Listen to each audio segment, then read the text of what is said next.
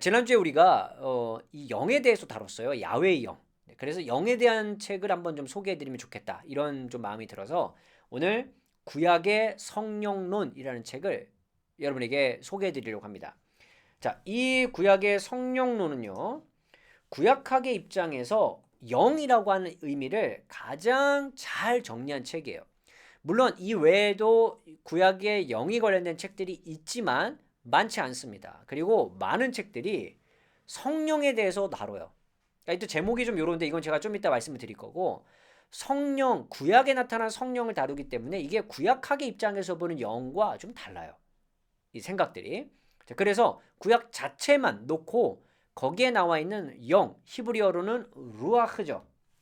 네, 영, 히브리어로 루아흐. 자, 루아흐에 대해서 아주 잘 정리한 책이 한 권 있으면 너무 좋겠다라고 생각했는데 바로 이제 이 책이 이 번역서가 그런 책이라고 소개해드릴 수 있겠습니다. 자, 이 책입니다. 자, 왼쪽이 이제 번역본이고요. 자, 오른쪽이 이제 원서입니다. 가끔 보면요, 이 원서가 굉장히 물론 디자이너 분들에게 되게 죄송하지만 굉장히 예쁘게 만드는 것 같진 않아요. 그죠? 이 원서들이 이제 단색일 때가 좀 많은 것 같고 지금 여기도 약간 이렇게 오른쪽 원서를 보시면 색깔이 성령님을 약간 그리는 것 같은 색깔이 좀 느껴지고요. 그 다음에 돋보이기 위한 가운데 파란색 표시가 있고, 자, 왼쪽이 이제 번역본의 표지인데 뭐 사람마다 다를 수 있겠지만 번역본 한글로 나온 번역본의 표지가 좀 더 예쁘지 않나요? 그죠? 좀 더 예쁜 느낌이 좀 들고요. 자, 그럼 몇 가지 좀 표지를 통해 좀 볼 게 있습니다. 자, 일단 이게 한글 번역은 성령론이라고 이제 번역을 했는데, 자, 원서에는 지금 여기 The Spirit of God이잖아요. 성령론은 아니에요. 하나님의 영입니다. 하나님의 영. 하나님의 영이죠. 자, 원서에서도 보시면요. 지금 요 가운데 이 파란색이니까 좀 그렇지만 가운데 이 단어가 지금 강조되는 듯한 느낌이 딱 받잖아요. 이게 중요해요. 왜냐하면 구약의 성령론 그리고 이 그냥 원서 그대로 번역하면 구약에 있는 하나님의 영인데 이 책에서 가장 말하고 싶어하는 핵심 주제가 하나님의 영이에요. 루아흐 엘로힘입니다. 그렇기 때문에 하나님의 영이라는 단어가 되게 중요해요. 그래서 오히려 구약의 하나님의 영 아니면 구약 안에 들어있는 하나님의 영 아니면 구약이 나타낸 하나님의 영 뭐 이런 식으로 해서 하나님의 영이라는 단어를 제목으로 삼았다면 어땠을까 이제 번역본에 그런 제 어쨌든 생각이 좀 있는데 원서는 그게 좀 강조되고 있죠. 자, 그런 다음에 이 지금 부제는 이 번역본에 없습니다만 원서에 보면 여기 중요한 단어가 여기 또 있죠. 여기 중요한 단어가 요 단어가 요걸 봤을 때 딱 봐도 이거 오순절을 딱 설명하고자 하는 거구나. 이런 느낌이 있습니다. 오순절과 또 성령은 밀접한 관련이 있는데 그럼에도 불구하고 성령에 대한 이야기, 우리가 흔히 알고 있는 성령에 대한 이야기보다는 하나님의 영, 자, 이 이야기. 그게 성령 아닙니까? 이 책을 보면 달라집니다. 생각이. 그 설명을 좀 하고 있습니다. 자, 어떤 내용인지 좀 자세히 설명드려 볼게요. 자, 일단 서론에 보면 이런 내용이 있습니다. 구약의 저자들이 하나님의 루아흐, 이제 루아흐가 영입니다. 영, 이게 히브리어고요. 번역하면 영이에요. 자, 히브리어로 다 읽으면 루아흐 엘로힘이고요. 번역하면 하나님의 영이에요.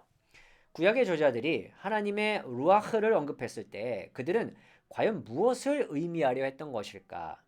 그들이 이 용어를 야훼께 적용했을 때 그들은 야훼와 그의 활동에 대하여 무엇을 말하려고 했던 것일까?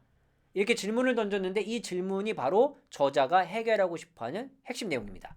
그래서 이 질문을 해결하기 위해서 저자가 책을 썼다라고 봐도 될 것 같아요. 네, 그런 내용을 좀 담고 있습니다. 자, 목차를 좀 통해서 보면요. 1장은 서론이에요. 루아흐를 지금 이 한글 번역본에서는 영이라고 번역했죠. 영. 구약의 성령론이니까 영. 여기는 성령이라고 번역했는데 이 조금 아쉬운 표현이죠. 자, 루아흐를 그러면 영이라고 볼 수 있겠는가? 스피릿이라고 볼 수 있겠는가에 대해서 의문을 제기하고 이 둘은 같지 않다. 오히려 루아흐를 영이라고 번역했을 때 한계점이 분명히 있을 수 있다라는 걸 먼저 딱 서론으로 이야기하고 시작해요. 그래서 루아흐를 무조건 영이라고 보면 안 됩니다. 이런 의미를 표현하고 있고요. 하지만 이제 루아흐의 세 가지 의미, 기원과 발전 이 부분은요 너무 짧아요. 내용이 너무 짧게 언급해서 이게 좀 더 의미가 있으면 좋겠지만 근데 루아흐의 세 가지 의미는 굉장히 사전적 의미만 넣은 것 같고 기원과 발전을 좀 더 많이 넣으면 좋은데 이게 조금 없어요. 내용이. 그런데 기원과 발전, 특히 이 루아흐의 연구에 대한 내용은 부록으로 담겨놨어요. 번역자분의 한 분의 논문을 통해서 부록으로 담아놨습니다. 그걸 통해 조금 그래도 해소할 그럴 수 있을 것 같습니다. 해소할 수 있을 것 같아요. 자, 2장은요. 주의 콧김에라는 이제 이 내용이 붙어 있는데 이건 루아흐 하나님의 영에 대해서 가장 오래된 본문들은 어떻게 표현하고 있나 이제 이걸 설명하고 싶어 하는 거예요. 그래서 이 목차를 보시면 알겠지만 하나님의 영이라는 이 개념을요. 시대적으로 묶어서 이 저자가 표현하고 있어요. 성경의 순서를 따른 게 아니고 시대적으로 묶어서 그리고 시대 안에서도 의미상 묶어서 이 내용을 설명하고 있습니다. 자, 일단 먼저는요. 이 책의 중점이 될 수 있는 하나님의 영을 이해하기 위한 개념을 정리해주고 있고요. 여기서 초기 시기에 나타난 하나님의 영이 어떤 의미인가 이걸 설명합니다. 그 다음에 영이 가지고 있었던 특징이 당시 시기를 나타내주는 특징과 관련이 있다는 것을 바로 이 2장에서 설명해주고 있습니다. 자, 그리고 이어서 계속 영의 개념이 발전을 해요. 어찌 보면 하나님의 영의 발전사인 것 같기도 합니다. 이 책을 보면. 자, 다음 내용 보면요. 3장. 영의 사람은 미쳤다. 엘리야로부터 바벨론 유배까지니까 거의 왕정시대. 거의 그죠? 이 안을 다 포함하고 있습니다. 자, 왕정시대 하나님의 영은 어떤 의미였는가? 앞부분하고 같은가? 다른가? 새로운가? 이런 걸 좀 비교하면서 보시면 좋습니다. 두 번째, 초기 본문들과의 비교를 통해 어떤 부분의 개념이 유지되고 있는지, 어떤 개념이 좀 발전했는지 이런 걸 이제 설명해 주고요. 세 번째, 영의 역할과 누구와 관련지어 설명할 수 있는지에서 초점을 주고 있어요. 그러니까 가장 초기에 나타난 하나님의 영의 형태는 어떤 시기를 보여준다면 이 시기에서는 누구와 그 영이 관련이 있는가? 이제 이런 내용들이 중점이 된다는 겁니다. 4장은요. 유배 그리고 초기 재건이에요. 과거 영에 대한 개념과 새로운 영에 대한 개념이 날줄과 씨줄이 서로 얽히는 것처럼 복잡하게 얽혀 있다는 걸 여기 표현해줘요. 그러니까 이게 이 발전사를 통해서 보면 이제 그런 내용들을 자주 발견할 수 있는데 과거에서부터 이어지는 개념이 있고요. 새롭게 나타나는 개념이 있는데 이게 완전히 떨어진 게 아니라 서로 복잡하게 얽혀 있다는 거예요. 발전되는 과정에서 뭔가 새롭게 생겨나긴 하는데 그게 과거의 개념과 연결이 되어 있기도 하고 새로운 것 같기도 하고 막 이런 느낌.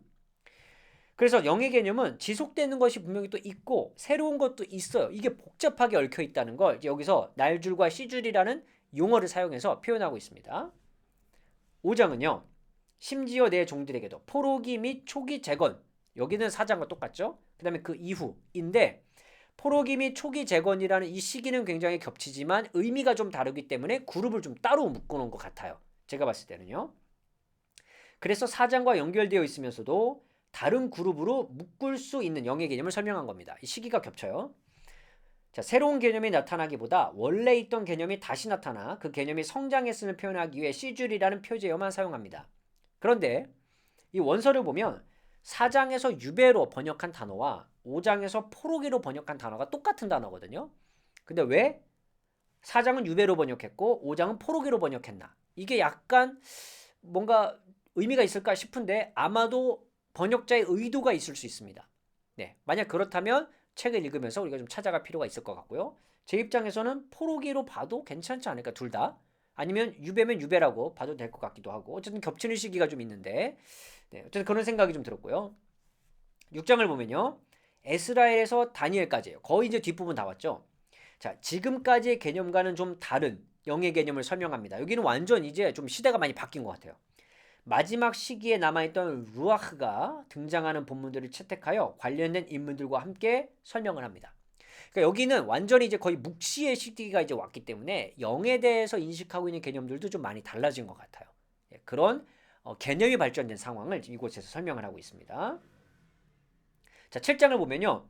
여긴 또 이제 시기는 좀 뒤났지만 또 다른 한쪽으로 묶어서 루아흐와 야훼의 관계 그리고 그 단어에 붙어있는 여러 품사들에 대해서 간단히 설명하는 그런 내용을 여기서 담고 있습니다. 네, 여기. 자, 그 다음에 이제 마지막 부분인데요. 참고문헌 루아흐의 용례 분류 그리고 부록이 담겨 있어요. 자, 루아흐가 사전적 의미로 구약의 본문에서 어떻게 쓰이고 있는지를 이제 분류해 줍니다. 이게 그러니까 앞에서 저자가 언급한 것처럼 이게 영인가, 바람인가, 호흡인가 이제 이런 내용들이 좀 있거든요. 그런 단어의 의미가 어떤 본문에서 어떻게 번역해야 되는지 이걸 좀 묶어놨어요. 그래서 이 본문을 참고해서 보시면 굉장히 도움이 많이 됩니다. 자, 영에 대한 독자들의 이해를 도울 수 있도록 두 편의 논문이 부록에 있습니다. 이 두 분은 번역자이시죠. 이 책에. 그래서 한쪽은 연구사, 한쪽은 창조의 영, 이 두 가지가 있어서 이 본문에서 다루지 않거나 다뤄도 굉장히 간략하게 다루고 있기 때문에 좀 더 넓게 볼 수 있기 위한 내용을 이제 부록으로 담아 놓았습니다. 이런 건 독자들에게 굉장히 좋죠. 네, 이런 걸 더 볼 수 있기 때문에.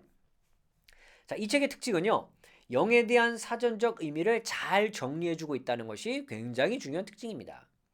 그 두 번째는요. 하나님의 영을 중심으로 시대에 따라서 그 개념이 어떻게 발전되었는지 아니면 어떻게 유지되고 있는지 그 과정을 잘 보여주고 있습니다. 세 번째, 저자가 생각하는 나름의 연대를 따라서 루아흐의 개념을 분리하였지만 연대 논쟁은 쉽게 끝나지 않습니다. 그 본문을 과연 그 시기로 볼 수 있느냐 이거 굉장히 계속 이 논쟁이 붙을 수 있거든요. 그래서 민감하게 반응할 수 없는 연대는 저자가 각주로 따로 처리해 두었습니다. 그래서 나름 이 저자가 생각한 연대가 있기 때문에 이렇게 놓은 것이지 그렇게 무조건 봐야 된다는 의미는 아닌 것 같아요. 왜냐하면 다른 의미로 보는 다른 시기로 보는 이제 학자들이 또 있을 수 있으니까요. 무엇보다 영에 대해서 구약의 영이 성령이라고 볼 수 있는 게 아니라 구약의 영은 의미가 다르다. 그런 걸 어떤 의미로 볼 수 있겠느냐라는 그런 특징을 따라서 아주 잘 정리한 책이 바로 구약의 성령론이라고 볼 수 있겠습니다. 하지만 아쉬움이 있어요. 제가 독자로 읽었을 때 이 책의 아쉬움. 근데 이 부분은 제가 느낀 아쉬움이지 다른 독자분들은 이걸 충분히 해결하셨을 수 있습니다. 자, 왜 날줄과 C줄을 뒷부분에 언급하고 전체적인 구도로 왜 날줄과 C줄을 잡지 않았을까? 왜냐하면 이 개념이 이어지는 것, 발전되는 것, 새로워지는 것 이런 게 복잡하게 얽혀 있는데 뭐 언제는 날줄로 좀 되어 있는지 언제는 C줄로 되어 있는지 이렇게 좀 구도를 잡았으면 좀 더 이해하기가 편했을 텐데 갑자기 중간에 읽다가 딱 등장하고 다음 챕터에서는 또 하나만 등장하고 또 그 다음에서는 안 등장하고 이래서 굳이 이걸 그러면 이 단어를 사용할 필요가 있었을까? 약간 이런 좀 궁금증이 좀 들었고요. 두 번째는요. 하나님의 영과 야훼의 영, 이 두 개의 단어는 좀 차이가 있을 것 같은데, 그러니까 루아흐 엘로힘과 루아흐 아돈나이는 차이가 있을 것 같은데, 뭔가 이 저자는 그걸 좀 혼용해서 사용한 것 같은 느낌이 좀 있어요. 근데 이것도 저자가 보기에 이게 차이가 없다라고 보기 때문에 그럴 수도 있고, 아니면 저자는 하나님의 영이라는 단어에만 집중해서 설명하기로 작정했기 때문에 야훼의 영에 대한 설명을 빼놓은 걸 수도 있어요. 안 다룬 걸 수도 있습니다. 하지만 제 입장에서는 약간 좀 혼용해서 사용하는 것 같은 느낌이 있는데 좀 이 의미가 두 개를 좀 달리 봐야 되지 않을까 이런 생각이 좀 들어서 질문을 좀 갖게 됐고요. 세 번째는요. 왜 선별적인 장에만 결론이 있는가? 결론을 써주실 거면 다 써주시지 왜 특정 어디에만 결론을 써주셨을까? 이게 좀 궁금했고요. 그리고 마지막 결론이 좀 더 잘 맺어졌다면 좋을 텐데 마지막 결론이 너무 아쉬워요. 제 입장에서는요. 마지막 결론을 좀 중요하게 좀 더 이렇게 잘 달아주셨으면 어땠을까? 이런 아쉬움이 좀 남고 마지막은요. 루아흐 하나님의 영. 이 영이요. 악과 관련된 게 좀 있어요. 하나님이 부리시는 루아흐, 악한 루아흐. 그 본문은 좀 잘 다루지 않는 것 같아요. 네, 그 본문을 좀 더 다뤄주었으면 어땠을까? 네, 이런 생각을 좀 합니다. 물론 제가 이제 사탄에 관심이 많기 때문에 또 이런 부분이 저에게만 또 아쉬운 걸 수도 있습니다. 네, 하여튼 저에겐 이런 아쉬움이 좀 있었고요. 하지만 어쨌든 이 책은 너무 중요하기 때문에 몇 군데 추천하는 독자들이 있습니다. 자, 구약에 나타난 하나님의 영. 성령이라고 볼 수 없는데 구약을 공부하신 분들에게 물론 신앙의 입장에서 성령이 있을 수 있다고 볼 수도 있겠지만 구약 그 자체는 성령이라고 볼 수 있는 우리가 아는 그 보혜사 성령으로서 볼 수 없는 게 꽤 많아요. 너무 많아요. 그런 하나님의 영, 구약의 입장에서 볼 수 있는 하나님의 영을 어떻게 정리할 수 있겠는가? 이 책으로 정리하시면 됩니다. 두 번째, 하나님의 영의 개념이 그러면 각 본문에서 어떻게 적용될 수 있겠는가? 그게 호흡인가, 숨인가, 콧김인가, 그냥 영인가, 뭐 이제 이런 다양한 용어들에 대해서 정리하고 그다음에 그 개념이 시기가 지나면서 어떻게 사람들이 인식하는 발전이 있었는지 그런 내용을 정리하고 싶은 분들에게 이 책을 추천드립니다. 무엇보다 하나님의 영, 이 단어 자체에 대해서 구약이 잘 정리하고 있는 그런 책 한 권으로 내가 시작하고 싶다라고 하면 바로 이 책으로 시작하시면 가장 좋겠다. 그런 말씀을 좀 드리고 싶고요. 일단 성령이 없다 있다 이런 내용을 떠나서 그런 내용을 잠시 좀 떼어놓고 구약에 나타난 하나님의 영은 도대체 무엇을 설명하고 있는가 이거에 대한 어떤 생각과 고민이 좀 너무 필요하다고 생각하는데 그런 의미에서 이제 이 책을 보신다면 아마 많은 분들에게 좀 도움을 드릴 수 있지 않을까 그렇게 생각합니다. 그런 의미로 이 책을 추천해드리고 싶습니다. 혹시 이 책을 미리 보신 분들이 계시다면 어떤 책에 좀 느낌이 있으셨는지, 또 어떻게 도움을 받으셨는지, 또 어떤 아쉬움이 있으셨는지 또 여러분의 의견을 남겨주시면 감사하겠습니다. 오늘의 컨텐츠가 도움이 되셨다면 유튜브 멤버십이나 네이버 프리미엄 컨텐츠 오늘의 구약 공부를 구독하신다면 구약을 더 깊이 배우실 수 있습니다.